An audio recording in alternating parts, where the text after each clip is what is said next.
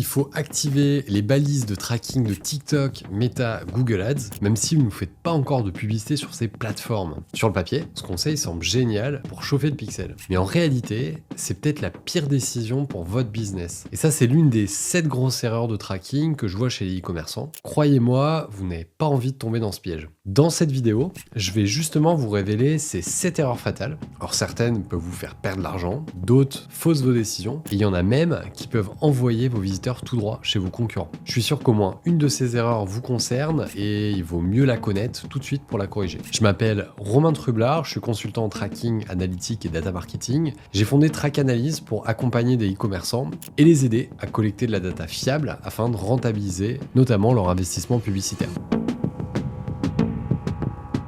Parlons donc de cette fameuse pratique, activer le pixel Meta ou TikTok ou tout autre, alors qu'on ne fait pas de publicité sur ces plateformes. Sur le papier, on se dit, je vais chauffer le pixel, je vais collecter des audiences, et ce pour plus tard. Alors qu'en vrai, vous allongez le temps de chargement de votre site, ça a un impact sur votre web performance, vous envoyez des données à des plateformes que vous ne maîtrisez pas, et potentiellement, vous aidez même vos concurrents en nourrissant les algorithmes. Je m'explique. Si tracking sert à suivre des conversions, constituer des audiences, et ces audiences qui pourront servir à l'apprentissage de l'algorithme ou bien à du reciblage publicitaire. Le tracking va également embarquer d'autres typologies de cookies, notamment des cookies tiers, et des technologies de suivi qui vont servir aux plateformes publicitaires à profiler un utilisateur pour déterminer notamment ses centres d'intérêt. Potentiellement, votre utilisateur, quand il va matcher avec la base de données de Meta ou TikTok, il va entrer dans une base de ciblage de la plateforme qui pourra servir un concurrent. Donc concrètement, vous êtes une marque de basket sportswear. Vous lancez une refonte de votre tracking, vous dites que ça peut être intéressant d'ajouter des plateformes comme TikTok ou Pinterest, alors que vous n'avez pas de projet immédiat de lancer des campagnes. Votre agence, même, elle va vous y encourager, à vous dire que ça va permettre à votre pixel de commencer à apprendre. Alors que cette donnée,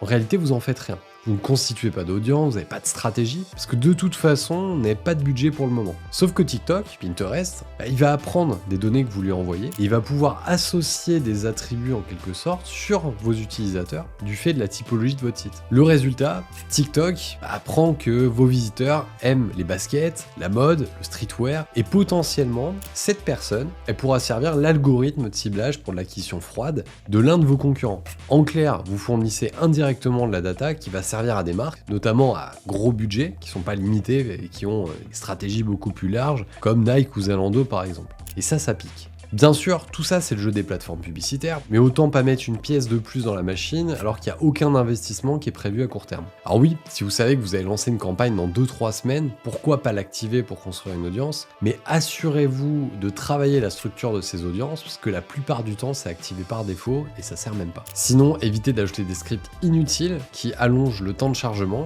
et en plus de ça, qui nourrissent l'algo de la plateforme sans aucun bénéfice pour vous. La deuxième grosse erreur, c'est l'absence de stratégie UTM clair. Alors tout d'abord, un UTM, c'est ce qui va vous permettre de savoir d'où viennent réellement vos utilisateurs. Donc si vous balisez pas correctement vos liens, que ce soit dans vos emails, vos posts sur les réseaux sociaux, un QR code, vos vidéos YouTube, vous êtes aveugle sur une partie de votre acquisition. La plupart du temps, tout ça c'est bien fait pour la pub. Les agences, les consultants ads, ils sont bien rodés sur le système et ils en ont besoin pour mesurer leur performance. Mais à 90% du temps, les autres canaux, ils restent dans l'ombre. Et avec des UTM bien réglés, vous saurez précisément si un utilisateur vient de Facebook organique, d'une collab Instagram ou d'un PDF qui a été téléchargé.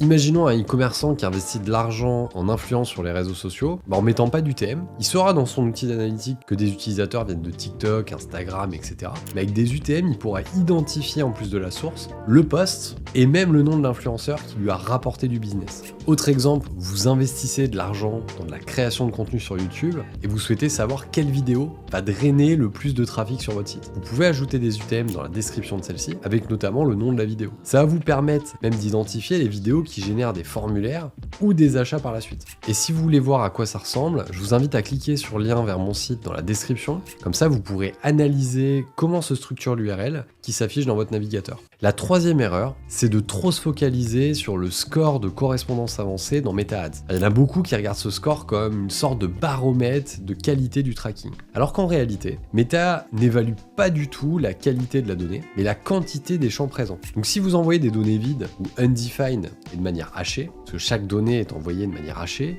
Meta le considère parfois comme OK. C'est totalement absurde, mais c'est comme ça et ça trompe la plupart de mes clients. Et dès lors qu'un score il est faible, c'est souvent la panique générale, alors que c'est souvent normal. Si un utilisateur il n'est pas connecté sur le site, ou qu'il n'a pas donné ses données personnelles via l'inscription à une newsletter par exemple, il est impossible de connaître ses propres données, on ne peut pas les deviner. Et donc, forcément, de peupler les champs demandés par Meta ou tout autre algorithme. Et c'est pour ça que plus vous avancez dans l'entonnoir de commande, plus la note augmente. Car plus vous avez des utilisateurs qui fournissent des informations comme l'email, le numéro de téléphone ou autre. Et la meilleure note en général, c'est l'achat, car à ce stade, l'utilisateur, en toute logique, il a donné ces informations. Alors se focaliser uniquement sur ce score, ça peut donc vous faire perdre du temps à garnir artificiellement vos événements, au lieu de bosser sur la vraie qualité de la data, et en plus vous baser sur un indicateur trompe-l'œil. Donc assurez-vous d'envoyer de la data précise, mais pas juste un maximum de paramètres comme le demande Meta la plupart du temps. L'erreur numéro 4, c'est de ne pas tester tous les modes de paiement. Si on passe à un point ultra concret, pensez peut-être que tout fonctionne parce que 80% de vos ventes passent par carte bancaire. Imaginons que votre PayPal bug, ou si Apple Pay n'envoie pas le bon retour sur la page de confirmation de commande. J'ai vu un e-commerçant qui avait un mode de paiement exotique, tout fonctionnait, sauf la page de conversion quand on réglait via ce mode. Donc résultat, on n'avait pas de tracking des ventes sur ces pages, il perdait la trace d'une partie de ses commandes, ne pouvait pas optimiser ses campagnes et enrichir son outil d'analytique correctement. Il faut donc tester chacun de vos modes de paiement et valider que la page de remerciement s'affiche et déclenche le tag purchase, sinon vous allez avoir des trous dans votre data et vous saurez jamais d'où viennent ces clients fantômes. Des erreurs 500, des problèmes avec des modes de paiement, des non-retours automatiques depuis le système de validation de la banque, il y a plein de potentiels problèmes qui peuvent impacter votre donnée sans même que vous vous en rendiez compte. Et il y a une solution à ça, tester, tester, tester. Si en m'écoutant vous vous dites oulala, je suis pas sûr de tout maîtriser, je sens qu'il y a un risque que mes données soient pas correctement collectées, pas de panique. Mon métier, c'est justement d'accompagner les marques e-commerce pour qu'elles aient une architecture de suivi fiable et performante et ainsi arrêter d'être aveugles sur tout ce qui va se passer sur votre site. Si vous voulez en savoir plus, je vous invite à prendre rendez-vous en cliquant sur le lien juste en dessous ou dans la description. Et maintenant, on va retourner aux erreurs restantes. L'erreur numéro 5, c'est les ID de remarketing qui ne matchent pas avec le catalogue produit. Ça, c'est une erreur super fréquente. Votre pixel de remarketing est actif, votre catalogue produit est bien configuré, mais en réalité, les ID ne matchent pas entre ces deux sources de données. Le résultat, c'est pas de reciblage dynamique actif. Quand les produits vus ne correspondent pas aux bons ID, Facebook, TikTok, Google ne peuvent pas renvoyer l'utilisateur sur l'article qu'il a consulté ou ajouté au panier.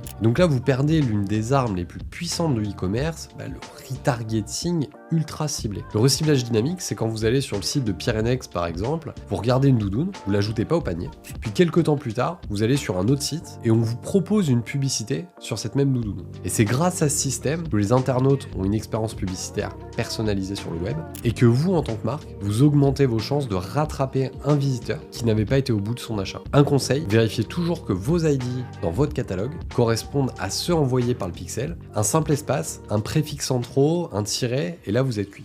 Passons maintenant à l'erreur que j'entends le plus dans mon quotidien. Ma régie pub me dit que j'ai 100 ventes, mon back-office me donne 120 et Google Analytics me donne 80. Pourquoi c'est différent? Ici, on vient comparer 3 périmètres totalement distincts. On a un back-office qui donne une donnée exhaustive des ventes, et heureusement, sinon vous ne pourriez pas livrer correctement vos clients. On a un outil analytique avec une vision, la plupart du temps last click, donc avec une source d'attribution de la vente qui correspond à la dernière en date et qui va être conditionnée à l'acceptation des cookies, ce qui amène déjà une première grosse différence avec votre back-office. Et puis on a des plateformes d'acquisition qui ne s'arrêtent pas au dernier clic, mais qui vont s'attribuer des conversions dès lors que l'utilisateur il a eu une interaction avec. Donc on a 3 outils, 3 périmètres, 3 règles différentes, donc forcément les chiffres ne peuvent pas être comparables, et je parle même pas quand on a certaines données qui sont en hors taxe ou en TTC. Il faut donc bien prendre les outils tels qu'ils sont. Donc ne cherchez pas à avoir le même chiffre partout, le plus important c'est de comprendre les règles d'attribution et d'utiliser chaque outil pour l'analyse qui lui est propre. Ayez un référentiel clair, et puis ensuite servez-vous des autres outils en complément. Votre site, sur 7 ans, il a changé, non? Ça vous paraît logique? Figurez-vous que je suis parfois tombé sur des conteneurs où il n'y avait pas eu de changement dans le tracking durant ce laps de temps. Imaginez l'état de la collecte de la donnée.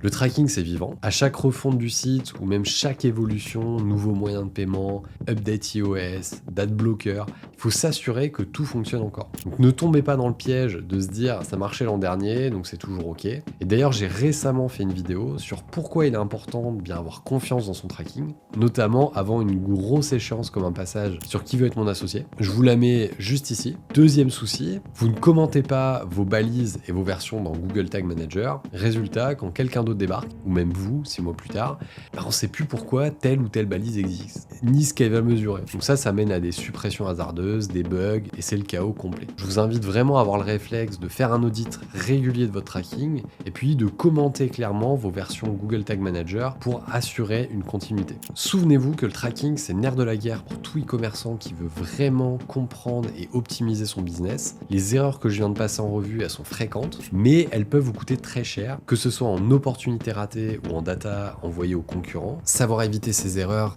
c'est que la première étape. Si vous voulez vraiment maximiser la rentabilité de vos campagnes, je vous invite à regarder cette vidéo. Vous y découvrirez comment passer d'un tracking basique à une stratégie avancée qui va différencier notamment vos clients et optimiser réellement votre retour sur investissement. Et si vous avez des questions ou besoin d'un accompagnement personnalisé pour votre tracking, je vous invite à prendre rendez-vous via le lien en description. À très vite.